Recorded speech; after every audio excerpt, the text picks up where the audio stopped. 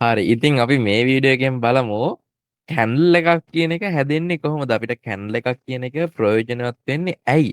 අපිට කැන්ඩල් එකෙන් ගන්න පුළුවන් වාසි මොනවාද කියලා අපි ටක් ගාලා මෙන්න මේ වීඩියෝ එකෙන් ටක් ගාලා කතා කරමු. අපි ගත්තොත් එහෙම කැන්ඩල් එකක් කියන්නේ මොකද්ද? ඔයාලා දැක ඇති මාකට් එක මූව් වෙන්නේ කැන්ඩල්ස් වලින්. මම ඔයාලට පෙන්නන්නම් මම ස්ක්‍රීන් එක ෂෙයා කරලා කැන්ඩල් එකක් කියන එක ලයිව් chart එකකින්ම. ඉතින් කැන්ඩල් එකක් කියන ගත්තොත් එහෙම අපි ඒකට යන්න ඕනේ මෙන්න මේ සයිට් එකට කැනල්ස් බලන්න ට්‍රේඩින් නිව් කියන සයිට් එකට.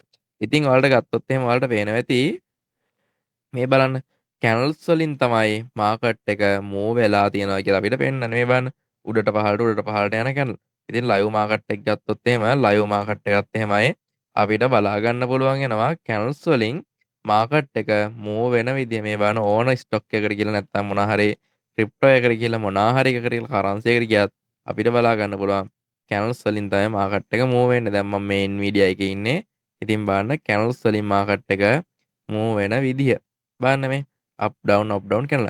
ඉතින් අපි දැන් කතා කරමු මේ ලෙසන් එකේදී කැනල් එකක් කොහොමද නිර්මාණය වෙන්නේ, කැනල් එකක් කොහොමද හැදෙන්නේ කියන එක. අපි ගත්තොත් කැනල් එකක් කියන්නේ මොකක්ද?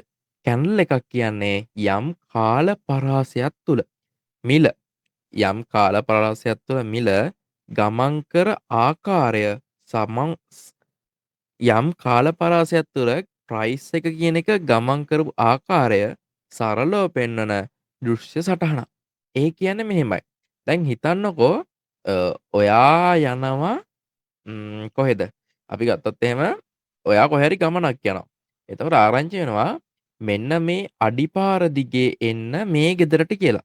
එතකොට ඔයා මොකද කරන්නේ? අඩිපාරක් හොයාගෙන තමයි ඒ ගෙදරට යන්නේ. ඉතින් මේ මාකට් එක ගියපු මූව්මන්ට් එකත් අපිට කැනල්ස් හරහා කැන්ඩල් එකක් කරහා රටාවක් ඔස්සේ පෙන්නනවා මිල අඩුවීම් කියලා. හැබැයි වරදවා වටහා ගන්න එපා. ඒ කියන්නේ ඒක මගින් මාකට් එකේ ෆියුචර් එක මාකට් එකේ අනාගතය අපිට කිසිම වෙලාවක කියන්නේ නැහැ. ඉතින් ඒක ප්‍රඩික්ෂන් එකක් නන් නෙමේ. එතකොට ගත්තොත් එහෙම ඒක ඉන්ඩිකේටර් එකකුත් නෙමේ. ඒක සිග්නල් එකකුත් නෙමේ. එතකොට ඒක කියන්නේ මොකද්ද? අපි ගත්තොත් එහෙම ඒ කියන්නේ කැන්ඩල්ස්ටික් එකක් කියන එකනේ. කැන්ඩල් එකක් කියලා කියන්නේ ඒ ගියපු මූවමන්ට් එක ප්‍රයිස් එක සාරාංශයක් විදිහට පෙන්වන විදිහ. ඉතින් මාකට් එක පෙන්වන විදිහ තමයි මෙන්න මේ කැනල්ස් එකකින් පෙන්වන්නේ. ඉතින් කැන්ඩල් එකක් බලලා ඔයාට මාකට් එකේ ට්‍රේඩ් කරන්න බෑ. කැනල් එකක් කියලා කියන්නේ මාකට් එකේ යන මූවමන්ට් එක අපිට පෙන්වන දෙයක්. මෙන්න මේ විදිහට තමයි මාකට් එක ගිහින් තියෙන්නේ කියලා අපිට පෙන්වනවා. මේ අවස්ථාවේදී මේ කාලය තුළ මිල අඩු වෙලා කියලා පෙන්වනවා. මේ කාලය තුළ මිල වැඩි වෙලා කියලා අපිට පෙන්눔 කරනවා. එහෙම එකක් විතරයි. නැත්තම් මේකෙන් අපිට අනාගතය ගැන කිසිම දෙයක් තියෙන්නේ නැහැ. අපි ගත්තොත් එහෙම කැනල්ස්ටික් එක ප්‍රයිස් එකක් නෙමෙයි. ගොඩක් අය හිතන් ඉන්නවා කැනල්ස්ටික් කියලා කියන්නේ ප්‍රයිස් එකක් කියලා. ඒක වැරදි. පැහැදිලිද? ප්‍රයිස් එක කියන්නේ හැම තප්පරේම වෙනස් වෙන අගයක්. ඒ කියන්නේ මේ දැන් තියෙන ප්‍රයිස් එක නෙමෙයි. තව විනාඩියකින් තව තප්පරයකින් තියෙන. කැනල්ස්ටික් කියන්නේ එම ප්‍රයිස් එක මූව් කරන හරිද? ඒ ප්‍රයිස් එකේ මූවමන්ට් එකේ සාරාංශය. ඒ කියන්නේ ඒකෙන් පෙන්නනවා මම අවසානට ඔයාලට පෙන්නනවා ලයිව් කැනල් එකක් හැදෙන විදිය. ඉතින් ඒකෙන් පෙන්වනවා ප්‍රයිස් එක මූව් වෙන විදිය. කැනල් එකක් තුළ දහස් ගාණක් සල්ලි තියෙන්න පුළුවන්. දහස් ගාණක් බයර්ස්ලා හා සෙලර්ස්ලා ට්‍රේඩ් කරලා දෙන්න පුළුවන්. අපි ගත්තොත් එහෙම වන් ඩේලි කැනල් එකක් ගමුකෝ. දවසක කැනල් එකක්. ඒ කියන්නේ පැය 24ක කැනල් එකක්. ලංකාවේ මාකට් එක ගත්තොත් එහෙම අපි ගත්තොත් උදේ 9 ඉඳන් දවල් 2:00 වෙනකම් උදේ 9:00 දවල් 2:00 වෙනකම් දින කැනල් එකක් තමයි ඔන්න ඔක. කියන්නේ පැය 6ක් වගේ පොඩි කාලයක්නේ තියෙන්නේ. ඉතින් ඔන්න ඔය වගේ කැනල් එකක් තුළ මිලියන ගානක ට්‍රාන්සැක්ෂන් වෙන්න පුළුවන්. ඒ කියන්නේ ගනු දෙනු ගැනුම් විකුණුම් වෙන්න පුළුවන්. නමුත් chart එක ඒ හැම දෙයක්ම කැනල් එකක් තුළ කම්ප්ලෙක්ස් කරලා පෙන්නනවා. ඉතින් කැනල් එකක් තුළට ඕක අපිට පෙන්눔 කරන්නේ ඔන්න ඔය විදිහට. පැහැදිලිද? ඒ කියන්නේ දහස් ගානක ඕඩර්ස් මොකුත් අපිට එහෙම ඕඩර්ස් බලන්නේ නැහැ. පෙන්වන්නේ නැහැ. අපිට පෙන්වන්නේ යම් කිසි රටාවකට ඉතින් අපි ගත්තොත් එහෙම කැනල් එක කියලා කියන්නේ උන සිද්ධියේ හිස්ටරි එක. ඒ කියන්නේ මාකට් එකේ ගියපු මූවමන්ට් එකේ පැහැදිලිද? ඒ උන සිද්ධියේ අපි ගත්තොත් එහෙම ඒක පෙන්වන්න තමයි අපිට මේ කැනල් එක කියන එක නිර්මාණය කළා තියෙන්නේ. ඉතින් අපි ගත්තොත් එහෙම ඊළඟට කැනල් එකක් කියන එක මෙන්න මේ වගේ එනවා. කැනල් ස්ටික් මගින් අපිට කියන දේ. කැනල් ස්ටික් එකකින් අපිට කියන දේ මොකද්ද කියලා බලමුකෝ. කැනල් ස්ටික් එක අපිට ප්‍රශ්න 4කට උත්තර දෙනවා. කැනල් ස්ටික් එක අපිට ප්‍රශ්න 4කට උත්තර දෙනවා. ඒ කියන්නේ මාකට් එක ආරම්භ වුණේ කොයි තැනින්ද? ඒ කියන්නේ ඕපන් එක. ඉතින් බයර්ස්ලා කොච්චර දුරට ප්‍රයිස් එක රැගෙන ගියාද? ඒ කියන්නේ හයි එක. සෙලර්ස්ලා කොච්චර දුරට ප්‍රයිස් එක පහළට ඇදගෙන ගියාද? ඒ කියන්නේ ලෝ එක. හරිද? අවසානයේදී අපි ගත්තොත් එහෙම මෙතන උන මේ උන ගනුදෙනුවේදී අවසානයේදී මාකට් එක ජයගත්තේ. ඒ කියන්නේ කොයිකෙන්ද ඉවරුනේ කියලා අපිට පෙන්වනවා. අවසාන බැටල් එකේ ජයගත්තේ කවුද කියලා ඒ පෙන්වන ඒ අදාළ ටයිම් ෆ්‍රේම් එක තුර. මේ ප්‍රශ්න හතරට අපි ගත්තොත් එහෙම ඒ ප්‍රශ්න ටික අපි දැන් මේ කතා කරපු කොටස් හතරට එකතු වුණාම තමයි කැනල් එකක් කියන එක තෑදෙන්නේ. මෙන්න මේ ටිකට අපිට උත්තර හොයාගන්න පුළුවන් වෙනවා. මෙන්න මේ කැනල් එකක් කියන එකේ. ඔයාලට මෙන්න එක්සාම්පල් එකක් අරන් දෙන්න පොඩ්ඩක් බලන්න මෙන්න මේක. මේ බලන්න කැනල් එකේ ලෝ එක. මේ බලන්න කැනල් එකේ ඕපන් එක. මේ බලන්න ක්ලෝස් එක. මේ බලන්න හයි එක. ඔන්න ඔය විදිහට තමයි අපිට පේන්නේ. ඉතින් මෙතන තමයි මාකට් එකේ කැනල් එකේ හයි එක, ඕපන් එක, ක්ලෝස් එක, ලෝ එක. ඔන්න ඔය විදිහට අපිට බලා ගන්න පුළුවන් වෙනවා. අපි ගත්තොත් එහෙම කැනල් එකක් යනෝ බයර්ස්ලා හා සෙලර්ස්ලා අතර යුද්ධයක වාර්තාවක්. ඒ කියන්නේ කොටස් ගැනුම්කරුවන් හා විකුණුම්කරුවන් අතර වෙන ට්‍රාන්සැක්ෂන් එක සනිකරම කිව්වොත් එහෙම ගන්නවා විකුණනවා වගේ යුද්ධයක වාර්තාව තමයි. මාකට් එක කියලා කියන්නේ හරිද? කම්පියුටර් එකක් මගින් තීරණය කරන එකක් නෙමෙයි. පැහැදිලිද? කවුරු හරි හිතන් ඉන්නවා නම් මේ මාකට් එක කවුරු හරි මූව් කරනවා කියලා වැරදි. මාකට් එක කියලා කියන්නේ මිනිස්සුන්ගේ තීරණවල එකතුවටයි. එක පැත්තකින් බයර්ස්ලා බයි කරනවා, අනිත් පැත්තෙන් සෙලර්ස්ලා සෙල් කරනවා.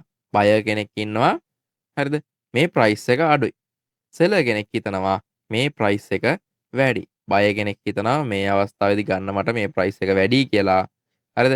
සෝරි බයර් කෙනෙක් හිතනවා මේ අවස්ථාවේදී ප්‍රයිස් එක අඩුයි කියලා.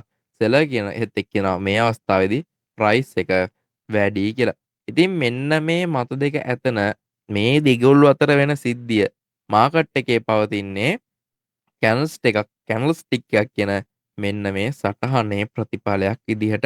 ඉතින් අපිට මේ මූවමන්ට් එක පෙන්වන්න අවශ්‍ය නිසායි මේ කැනල් එකක් හැදෙන්නේ. ඉතින් කැනල් එක ප්‍රෙඩික්ෂන් එකක්ද මේක ඉතාම වැදගත් කොටසක්. ඉතින් ගොඩක් අය හිතන් ඉන්නවා මෙන්න මේ ග්‍රීන් කැනල් එකක් ආවොත් මාකට් එකේ මිල ඉදිරියේදී වැඩි වෙනවා කියලා. රෙඩ් කැනල් එකක් ආවොත් මාකට් එක වැටෙනවා කියලා අනිත් අය හිතන් ඉන්නවා. ඒක වැරදි. කැනල්ස්ටික් කියලා කියන්නේ මේ යන මාකට් එකේ මූවමන්ට් එකට. මේ යන සිද්ධියේ මූවමන්ට් එක තමයි අපිට කැනල් එකක් විදිහට පෙන්눔 කරන්නේ. මේ දැන් පවතින විදිහ තමයි පෙන්눔 කරන්නේ. ඊළඟ තප්පරේදී ඒක සම්පූර්ණයෙන් වෙනස් වෙන්න පුළුවන්. ඉතින් අපිට කැනල් එකක් දිහා බලලා මාකට් එකක් තීරණය කරන්න බෑ ඊළඟට මොකද්ද වෙන්නේ කියලා.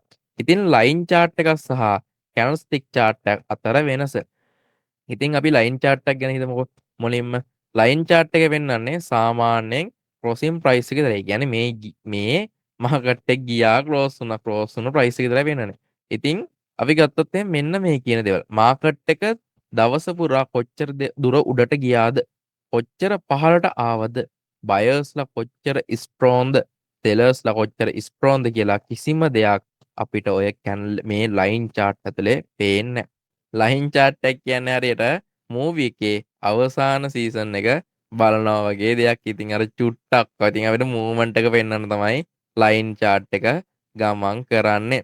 ඉතින් අපි ගත්තොත් එහෙම කැනල්ස්ටික් මගින් ඔය කැනල්ස්ටික් කියන මූවි එකේ ස්ටෝරි එක සම්පූර්ණයෙන්ම අපිට උතන පෙන්වනවා මේ විදිහට ගමන් කරලා තියෙන. ඒක නිසා ගොඩක් ප්‍රොෆෙෂනල් ආයෝජකයෝ වැඩිපුර භාවිතා කරන්නේ කැනල්ස්ටික් chart එක. ඉතින් ඒකෙන් අපිට මාකට් එකේ හිස්ට්‍රිය දැන් පවතින විදිහ ගැන හරිම විදිහට පෙන්වනවා. ඉතින් ඔයා පැයක කැනල් එකක් බලනවා නම් පළමු විනාඩියේදී ඒක ඕපන් වෙනවා. ඊළඟ විනාඩියේදී හයි එක කියන එක මිල වැඩි වුණොත් වෙනස් වෙනවා. ඊළඟ ලෝ එක වෙනස් වෙනවා.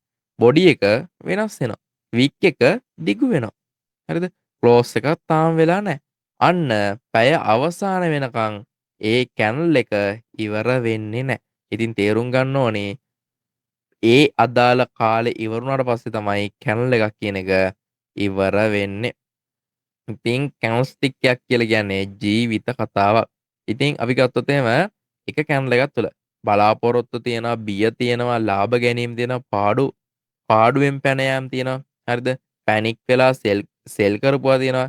ඒ කියන්නේ ස්මාර්ට් මිනිස්සුන්ගේ බයි කරපු පොසිෂන් තියෙනවා. හරිද? ඒ වගේ අපි ගත්තොත් FOMO බයින් තියෙනවා. ඉතින් අපි ගත්තොත් එහෙම ඒ හැංගීම් අවසානයේදී හරිද? කැනල් එකක් බවට අපිට පත් වෙලා තමයි පෙන්වන්නේ. එම නිසා කැනල් එකක් යනු ඉලක්කම් හතරක එකතුවක් විතරක් නෙමෙයි. එය වෙළඳ පොලේ ඇති මිනිස් හැඟීම් තීරණ සහ මිල පිළිබඳව සම්පූර්ණ කතාවක සාරාංශයක් තමයි මේ කැනල් ස්ටික් එකකින් අපිට පෙන්눔 කරන්නේ මෙන්න මේ විදිහට. ඉතින් මෙන්න මේ හොයාගත්ත කෙනා තමයි මෙන්න මේ කැනල් ස්ටික් එක හොයාගත්තේ මෙන්න මේ කියන බුද්ධලා. කැනස්ටික් එක අවුරුදු 250කටත් වඩා පයරණි දෙයක්.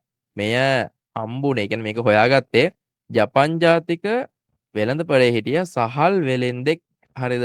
මෙන්න මේක හොයාගත්තේ 1700 ගණන් වල ජපානයේ සහල් කියන්නේ. හරිද? ධනය, බලය, බදු ගීම් ක්‍රමය වගේ හැම දෙයකටම රටේ පාලනය, ඒ කියන්නේ ආර්ථිකයේ මූල්‍යම ඒක තමයි ඔන්න ඔය සහල් කියලා කියන්නේ. බොහෝ ගනුදෙනු කරේ සහල් වලින් ජපානයේ සකාටා නම් නගරේ ජීවත් වූ මුනේෂිෂා හොන්මා කියන මෙන්න මේ පුද්ගලයා හාල් වෙලෙන්දෙක්.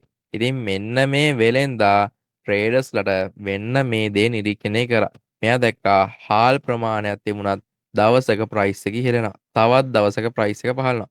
මේට හේතුව මොකද්ද? මේක මූව් වෙන්නේ කොහොමද කියලා මෙයා තීරණ කරලා මෙන්න මේක මෙයා තීරණ ගත්තා මිනිස්සුන්ගේ හැඟීම් මගින් තමයි මේ මිල කියන එක තීරණය වෙන්නේ කියලා. ඉතින් එක හාල් ට්‍රේඩර් කෙනෙක් කියනවා ප්‍රයිස් එක තව ඉහළනවා කියලා.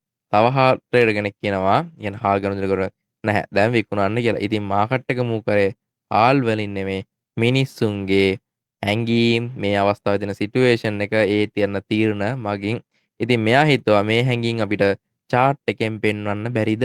ඉතින් නම්බර්ස් විතරක් ලියලා වැඩක් නැති බව තේරුම් ගත්ත මොහු මෙන්න මේක ස්ටෝරි එකකින් හරිද පෙන්වන්නේ නැහැ. එයා කරේ ප්‍රයිස් එකේ ආරම්භය ඉහළ යාම පහළ ගියපු ස්ථානයේ අවසානය මෙන්න මේවා සටහන් කරගෙන කැනල් එකක් අපිට නිර්මාණය කළා පෙන්නවා. ඇයි කැනල් එකක් ඇයි විශේෂ වෙන්නේ?